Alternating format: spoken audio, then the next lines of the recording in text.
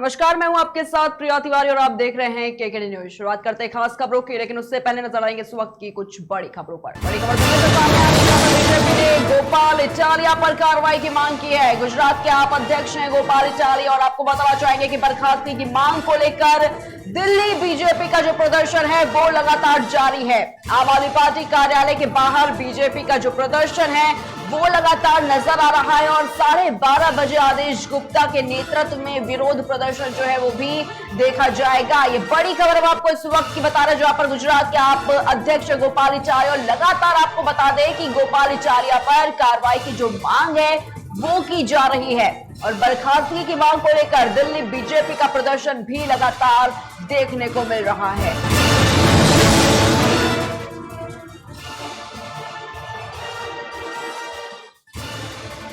तो आम आदमी पार्टी कार्यालय के बाहर बीजेपी का प्रदर्शन लगातार जारी है और 12:30 बजे आदेश गुप्ता के नेतृत्व में विरोध प्रदर्शन भी किया जाएगा। ये बड़ी खबर इस वक्त के दिल्ली से हम आपको बता रहे हैं, जहां पर बीजेपी ने गोपाल इटालिया पर कार्रवाई की एक बड़ी मांग जो है वो की है।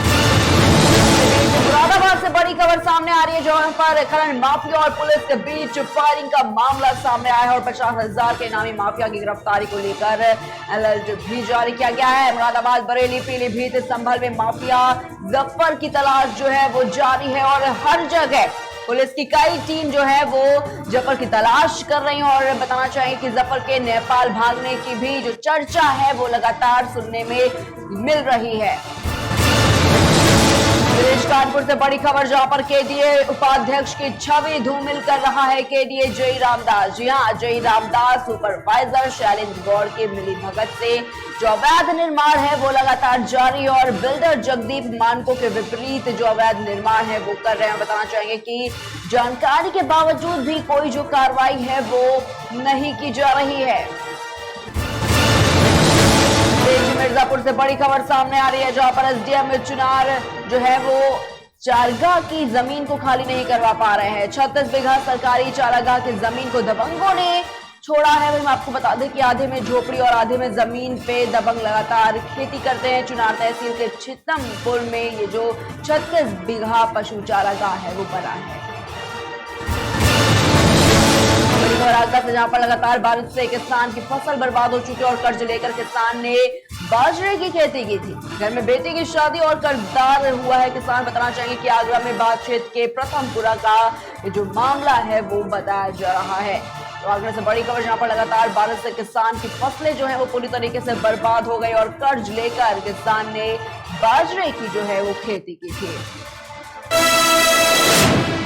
वहीं नजर डालेंगे अब खास खबरों पर। मथुरा के थाना बलदेव पुलिस और साइबर क्राइम सेल की संयुक्त टीम ने बड़ी कार्रवाई की है। पुलिस ने एटीएम कार्ड बदलकर ऑनलाइन फ्रॉड और साइबर अपराधों को अंजाम देने वाले गिरोह के 4 सदस्यों को गिरफ्तार किया है।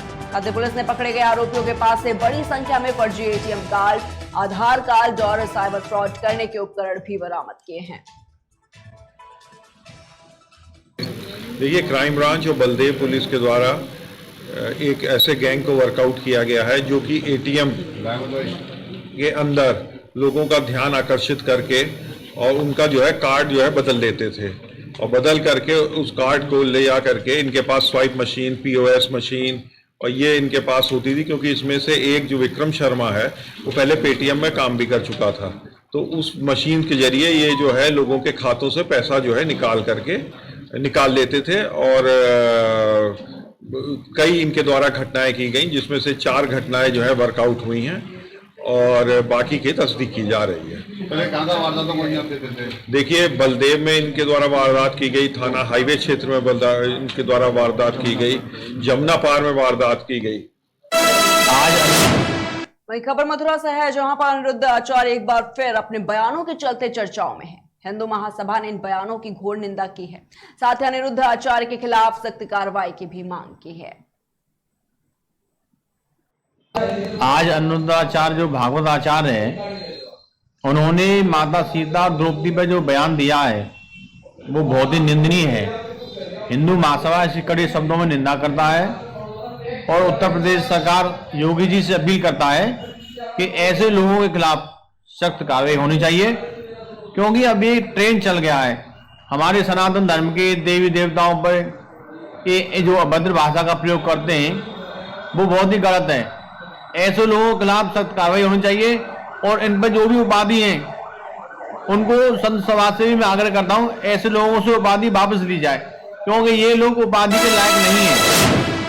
वहीं करवा चौथ की पूर्व संध्या पर शाहजहांपुर जेल में बंद महिला बंदियों को करवा चौथ का व्रत पूर्ण विधि विधान से मनवाने के लिए जय गणेश जन सेवा समिति के सहयोग से उन्हें साज श्रृंगार की सामग्री और करवा चौथ के लिए अन्य आवश्यक सामान जो है वो उपलब्ध कराए गए। कारागार में बंद रहते हुए भी महिला बंदियों ने अपनी अपनी परंपरागत दैवीय आस्था और धार्मिक विश्वास के साथ अपने घर की तरह करवा चौथ का व्रत रखा और इस अवसर पर मुख्य अतिथि कैंटोनमेंट बोर्ड के मुख्य कार्यपालक अधिकारी जिज्ञासा राज रहे। वहीं खबर बिजनौर के नजीबाबाद से है, जहां पर भारतीय जनता पार्टी के कार्यकर्ता और चेयरमैन पद के भावी उम्मीदवार वसीम कुरैशी ने मंडी समिति में जनसंपर्क किया है और इस दौरान कार्यकर्ताओं ने भी उनका जोरदार स्वागत किया। वहीं इस मौके पर वसीम कुरैशी ने आगामी नगर निकाय चुनाव अपना पूर्ण समर्थन देने की बात कही है। खबर सोनभद्र के दुद्दी थाना क्षेत्र से है, जहां पर वर्षगांठ की आड़ में मिशनरी संस्था पर आदिवासियों का धर्म परिवर्तन करने का आरोप लगाया गया है। इस दौरान हिंदू संगठनों ने जमकर विरोध प्रदर्शन करते हुए हंगामा भी किया है। परेशानी क्या है आपको? जर बुखार आई और कुछ आई तो बचा दी। हाँ, कौन बिरादरी है आप? कुछ बिरादरी रहेंगे। तो जर बुखार होगा तो उसके लिए डॉक्टर है कि यहाँ उसमें आएंगे तो हो जाएगा? सबका हिंदू धर्म में मर जा रहे थे, मर गए, बच्ची लोग मर गए, इसलिए हम लोग जिंदा हो गई। जी गए हैं भैया। क्या है उसमें? इसमें दवा बीरो है, झोला चक्कर ओढ़ना लाता है। बाइबिल नहीं है? नहीं, हम पढ़ने नहीं जानते, नहीं पढ़ा आदमी बुढ़वा। सुनिए, एक्चुअली हम लोग जो हैं संस्था के द्वारा समाज में कार्यक्रम करने वाले हैं। जैसे कि हमारे द्वारा स्कूल चलाते हैं हम लोग, अस्पताल हम लोग चलाते हैं और कई प्रकार के ऐसे समाज सेवा में हम लोग 50 साल से संस्था जुड़ी है। तो उसी का ये हमारा जो है स्वर्ण जयंती महोत्सव है, जिसको हम लोग बिहार, ना केवल यहाँ दुदी में, बिहार में, झारखंड, महाराष्ट्र, मध्य प्रदेश, सब जगह में, क्योंकि संस्था सब जगह में अपना काम को कर रही है। हम लोग पूरा समाज की सेवा में हैं। यहाँ दुदी में भी, यहाँ लोकल में कई सारे बच्चे हमारे यहाँ पढ़ते हैं, रेणुकूट में भी बच्चे पढ़ते हैं।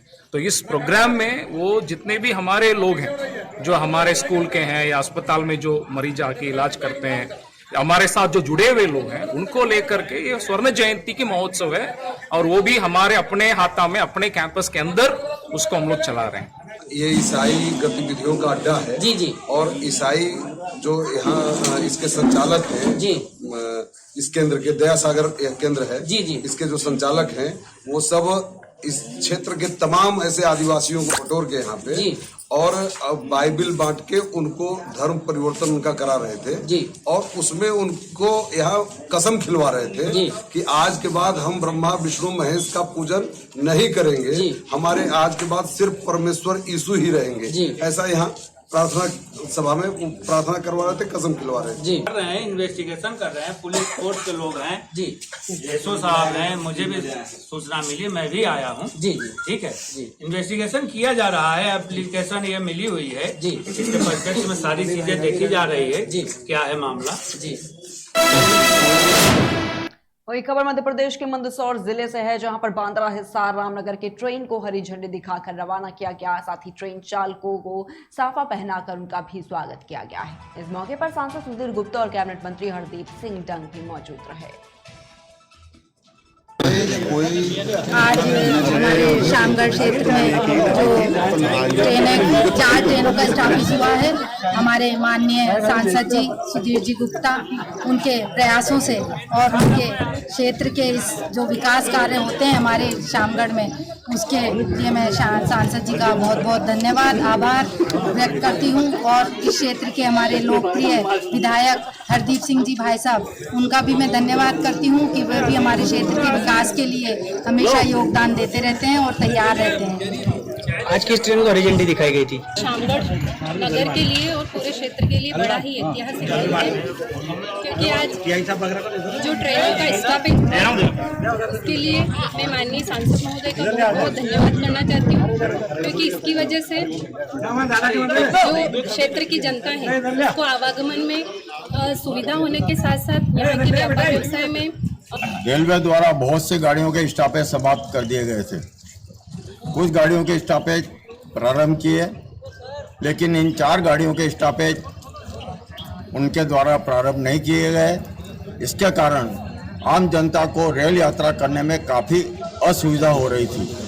आम जनता की मांग थी, भारतीय जनता पार्टी के कार्यकर्ताओं की भी इच्छा थी कि स्टॉपेज हो। माननीय सुधीर जी गुप्ता को एवं मंत्री जी हरदीप सिंह जी डंग को बार बार अवगत कराया गया। उसके पश्चात सुधीर जी गुप्ता जब राजू भाई के निवास पर आए तो उनने अध्यक्ष महोदय ने पुनः ज्ञापन देकर कहा कि मैं आप रुकते एक छोटे से ब्रेक के लिए, जल्द हाजिर होंगे। Feel the power of angel.